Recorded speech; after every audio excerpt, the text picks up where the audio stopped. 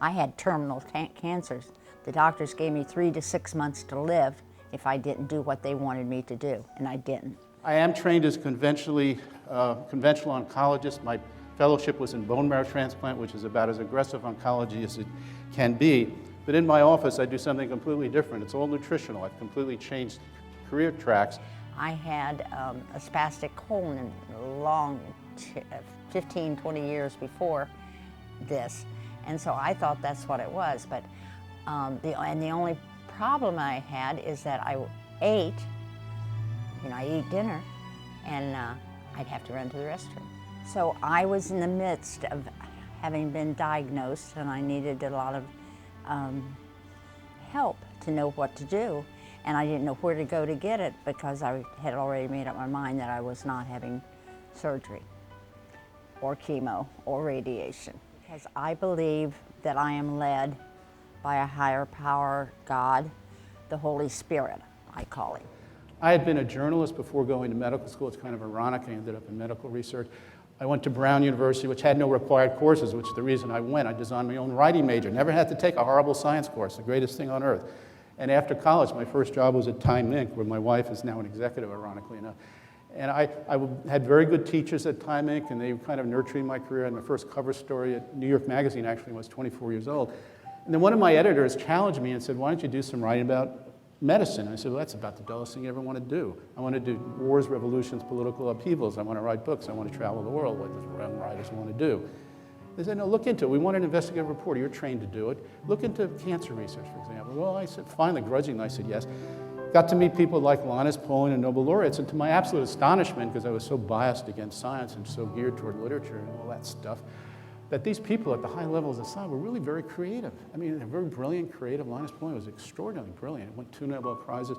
And as a journalist, you have access to people like that. It was great fun. And it was Linus Pauling that actually challenged me to go to medical school. I was a crazy nut. What is he talking about? But I listened to him. Eventually, I gave up my career, book contract, all those things to go back and do my pre-med work, which I had to start from ground zero at Columbia, living at home with my parents in Queens. Did well, fortunately got accepted wherever I wanted, and I was deciding where to go to medical school. I was interested in nutrition. I'd gotten this interest from Linus Pauling, who was already talking about vitamin C. That's why I'd interviewed him. And I knew Robert Good, who was president of Sloan Kettering. Sloan Kettering is one of Cornell Medical School's teaching hospitals in New York. The main campus of Cornell is in Ithaca, but the medical school is in Manhattan. And Sloan Kettering is one of their teaching hospitals. And Robert Good had been on the cover of Time in 1972, so I knew who he was. And he was very interested. He was an MD, PhD. He wasn't an oncologist. He was actually an immunologist, figured out what the thymus did and the appendix did. And he was very interested in nutrition. And I said, that's the guy I want to work with. So I went to Cornell, second year of medical school. He kind of adopted me into his group. And it looked like my career was set. I'd spend the rest of my life in basic science at Sloan Kettering. I want to be on the protocol. I had a tumor in the head of my pancreas, and it was operable. And I thought, this is my body, and I should be allowed to do what I want to do with my body.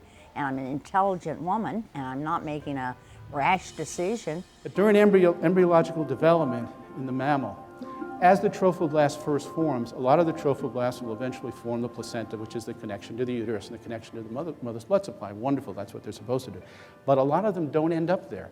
A lot of them start migrating through the developing embryo, and they end up in every tissue, organ, and gland where they form nests of the primitive undifferentiated tissues, where they sit in all of us, every single one of us, 6 billion and 7 billion people on Earth, whatever it is.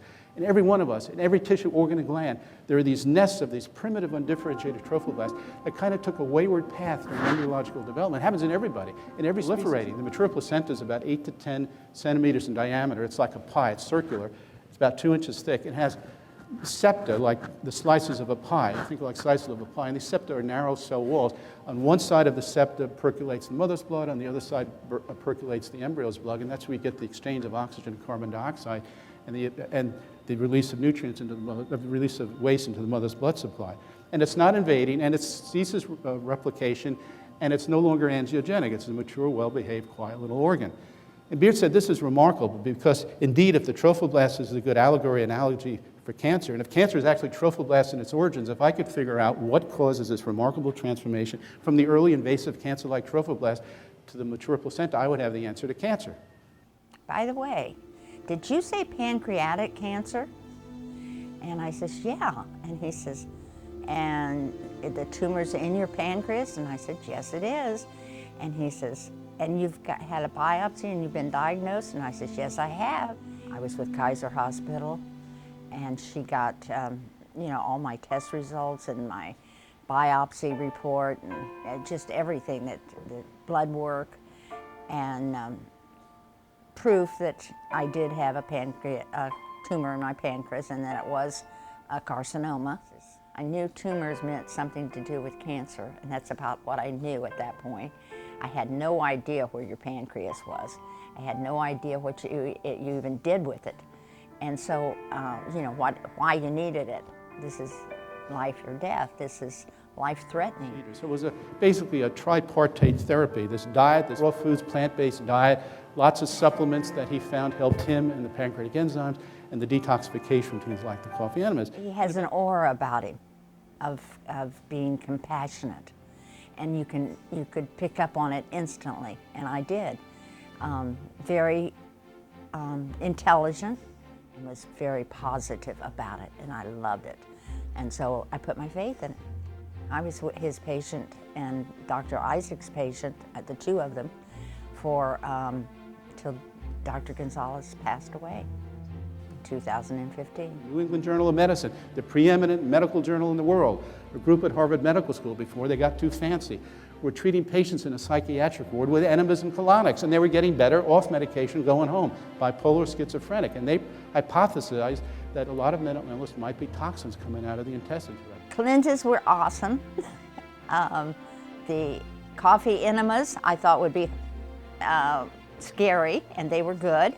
I mean, you always felt good after a coffee enema. I don't know how to explain it, but your body felt better. The pills, if you make it a habit, make this a habit that you take your pills. If you're taking 150 pills a day, it can be very, people go, ah. That the very day the trophoblast changed its character and underwent this remarkable transformation from the early cancer-like tissue into the mature placenta was the very day the human embryo began secreting pancreatic enzymes. Pancreatic enzymes first identified 1858 by Courvoisier, the French researcher. Trypsin was named by Kuhn 1876. By 1900, the three main classes of pancreatic enzymes had been developed, described. The protein-digesting proteolytic enzymes, the triglyceride-digesting lipases, the sugar-digesting amylases. They'd been described. They knew they were digestive enzymes. They knew a lot of this biochemistry and physiology 100 years ago.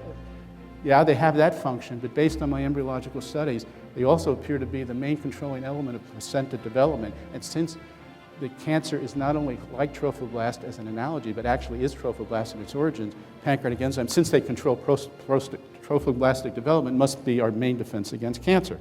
When I passed 3 months and I was still alive, and the doctor said I should be dead, that was an aha moment. I went, aha. When I went on to 6 months, because they said 3 to 6 months, when I went on to 6 months and I was still alive, I went, aha, they're wrong. I'm still alive. And so I'm going to keep going and doing what I've been doing. It's only 1% of the people that they had at that time ever diagnosed that lived beyond 18 months.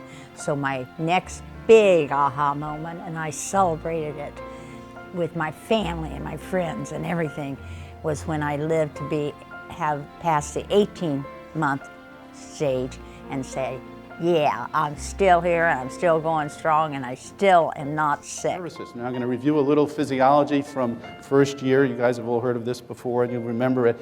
And it may seem a little esoteric, but I promise you it will explain exactly how 70, 80 years later, 100 years later, we're successfully treating advanced cancer. The autonomic nervous system is that nervous system, as you know, that controls all physiological processes that don't require conscious input: respiration, cardiovascular function, digestion. Why we aren't on this program instead of shooting people full of poison. And I believe that's what chemo is, poison. I was reading all kinds of books. I must have read 100 books on cancer and what causes it and what you can do about it. And it was always, when I read, it was always something that a doctor had written. I made sure of that. You have to investigate if you're going to do something like this, unless you have someone that says, like I'm trying to say to you today, this is an excellent program to I follow. absolutely believe that certain people have an inherently genetically determined strong sympathetic system and a weak parasympathetic system, and in those people, the tissues, organs, and glands normally stimulated by their strong sympathetic system, respiratory function, cardiovascular, endocrine function tend to be highly developed, highly efficient, and all those tissues, organs, glands normally stimulated by their weak parasympathetic system, including the entire digestive system with liver and pancreatic function, tend to be weak and inefficient. Other people had a strong parasympathetic system, all the tissues, organs, glands stimulated by the strong para, the entire digestive system, highly efficient, all those stimulated by their weak sympathetic system, respiration, cardiovascular, endocrine, weak and inefficient. And other people had a balanced autonomic system. You know that cancer is going to get you. So do you want to lay down and die, or do you want to fight? And if you fight, then you need the very best program you can get.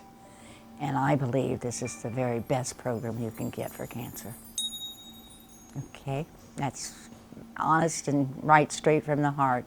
I've never once regretted going on it. I've never once thought that I shouldn't have done it.